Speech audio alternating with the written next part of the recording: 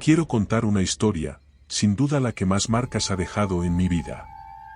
Pasó hace unos años cuando me invitaron a la boda de uno de mis mejores amigos en un pueblo llamado Santa Rosa, en una zona montañosa del centro de España. La eterna noche de los rostros sin rostro. Un cuento original de Cálamo Vetusto. La ceremonia prometía ser bastante agradable, y en cuanto a la fiesta, estaba seguro de que iba a ser bien divertida. Como llegué después de las 9 de la noche, mis anfitriones me hospedaron en el tercer piso de un edificio cercano, propiedad de don Raúl Salinas, un viudo de 70 y tantos años, que era el padre de la novia. En la propiedad también se estaban quedando un par de amigos de la familia a quienes yo no conocía hasta entonces, Rodrigo y Guillermo. A cada uno nos asignaron cuartos diferentes. Me entregaron una habitación amplia y modestamente amoblada. Nunca me ha gustado poner mis pertenencias en el suelo, de modo que puse la maleta encima de una silla que estaba al lado de una mesa. Ya iba a acostarme cuando vi que sobre la mesa había un libro abierto que llamó mi atención de una forma exagerada. Acerqué mi mano para darle una ojeada, pero me sentí traicionando mis propios principios. Sé que es molesto que a uno le revisen sus pertenencias. Me alejé de la mesa, apagué la luz y me metí debajo de las cobijas. No podía dormir, el maldito libro no se salía de mi cabeza, y la curiosidad fue tan irresistible que tuve que levantarme. Me acerqué al libro. Las páginas estaban en blanco, pero cierta transparencia dejaba ver que el otro lado del papel estaba lleno de contenido. No pude aguantar la tentación, le di vuelta a la página y empecé a leer los textos más grotescos con los que me haya topado. Tenía indicaciones de cómo contactarse con criaturas de otros mundos dispuestas a cumplir cualquier deseo que se les pidiese, a cambio de ciertos favores que eran imposibles de considerar para alguien con el más mínimo respeto por la dignidad propia. En realidad, aunque el libro era en extremo desagradable, me lo tomé como simples palabras escritas por la mente ladina de un autor muy ingenioso y sin miedo a ser criticado. Ya no quería seguir leyendo, con que busqué las páginas en blanco para dejar el libro tal como estaba, pero no las encontré, y eso que lo intenté repetidas veces hasta que me cansé. Dejé el libro de cualquier manera y me acosté pensando en lo que acababa de pasar. ¿Cómo explicar la desaparición de aquellas hojas en blanco? ¿Acaso habían sido fruto de una alucinación? En fin, llegó el momento en que me quedé dormido. En la madrugada soñé que recorría un camino largo y oscuro, rodeado de aguas anaranjadas. A lo largo del camino transitaban personas que no tenían cara. En lugar de caras tenían una superficie lisa que recordaba la textura de los cocos secos pelados. En el sueño yo tenía ganas de orinar, pero como no había baños, ni árboles, ni estructura alguna donde pudiera vaciar la vejiga sin exhibir mi intimidad, no se me ocurrió nada más apropiado que entrar al agua y empezar a hacer mis necesidades. En ese momento las personas con cara de coco también se metieron al agua y me arrastraron hacia el fondo tirando de mi ropa. Ahí me desperté, un poco tarde, porque mi pantalón de pijama ya había empezado a mojarse. Ya despierto, la necesidad de orinar era inaplazable. Me levanté rápido y caminé hacia el baño, aunque tratando de no hacer ruido. Al salir de la habitación, un enorme gato blanco se interpuso en mi camino. Tenía el lomo erizado y arqueado. Pese al gran susto, logré espantarlo blandiendo las palmas de las manos contra él. Por fin logré pararme frente al inodoro. Cuando salí del baño me hallé en un espacio completamente diferente al del apartamento en el que se suponía que debería estar. Era una habitación oscura y llena de polvo, con una cama antigua y una mesita de noche con una lámpara que titilaba. Intenté volver sobre mis pasos, pero me di cuenta de que no podía encontrar la salida. Me sentí atrapado lleno de miedo, un pavor como el que no experimentaba desde que era un niño. Calculo que estuve revisando la habitación por más de 20 minutos tratando de encontrar una salida, pero no encontré nada. Interrumpí la búsqueda cuando escuché un ruido curioso que venía de la mesita de noche. Me acerqué y vi que la lámpara estaba parpadeando en un patrón extraño. Miré más de cerca y vi que la pantalla de la lámpara estaba cubierta de polvo y que había algo escrito debajo. Con la manga del pijama, limpié la pantalla y vi que estaba escrito algo en una lengua que nunca había visto antes. De súbito, la lámpara se apagó y un viento frío sopló por la habitación. Sentí un cosquilleo en la espalda. Todo en lo que podía pensar era en que necesitaba encontrar una manera de salir de allí. No se me ocurría cómo, pero tenía claro que las cosas se podrían poner peores. Continué explorando la habitación. Tanteaba las paredes con las manos temblorosas. Descubrí, gracias al tacto, un mueble grande y pesado, y adiviné que era un armario. Lo empujé y quedó al descubierto una especie de compuerta hecha de tablas. La arrastré hacia un lado y me vi en un pasillo alumbrado por una luz tenue que se extendía hacia la oscuridad. Avancé con cautela, en silencio, y después de andar por unos minutos, encontré una puerta. La abrí y salí a la luz del día, pero no estaba en Santa Rosa. Solo me di cuenta de eso después de un buen rato, porque no quedaba ni el rastro de los paisajes que había contemplado al llegar. No reconocía nada de lo que estaba a mi alrededor. Seguí recorriendo esos raros lugares, buscando el camino de regreso al pueblo, aunque cada paso que daba parecía alejarme más y cuando me devolvía, el entorno ya no era el mismo que había quedado atrás hacía apenas unos instantes. La noche cayó.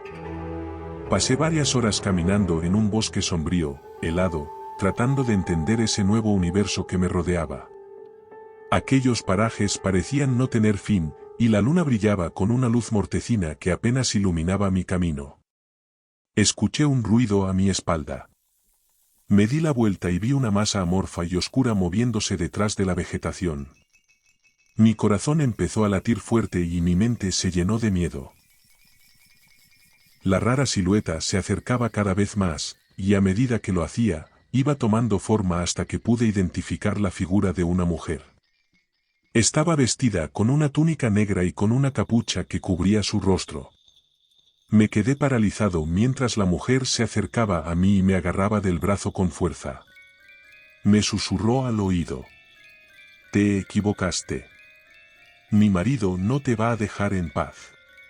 Ahora estás atrapado aquí para siempre». Me soltó y desapareció en la oscuridad del bosque. Aunque estaba harto de deambular, no se me ocurría qué más hacer. Lo cierto es que ya no estaba solo. Sentía que alguien o algo me seguía. Cada vez que me daba la vuelta para mirar, parecía que no había nadie, pero el miedo me consumía. De tanto andar, llegué a una pequeña cabaña en medio del bosque. La puerta estaba entreabierta y podía sentir el calor de una chimenea y el olor a humo de eucalipto. Entré y vi a una anciana de espaldas, sentada en una silla. Hizo un giro de 180 grados, con todo y silla. Me miró con unos ojos brillantes y me dijo, «Te estaba esperando». Me dijo su nombre, pero no lo recuerdo porque sonaba como una palabra de un idioma que para mí era impronunciable. Me contó una historia sobre un antiguo ritual que había sido interrumpido por un intruso, y que ahora yo estaba atrapado en ese mundo para siempre.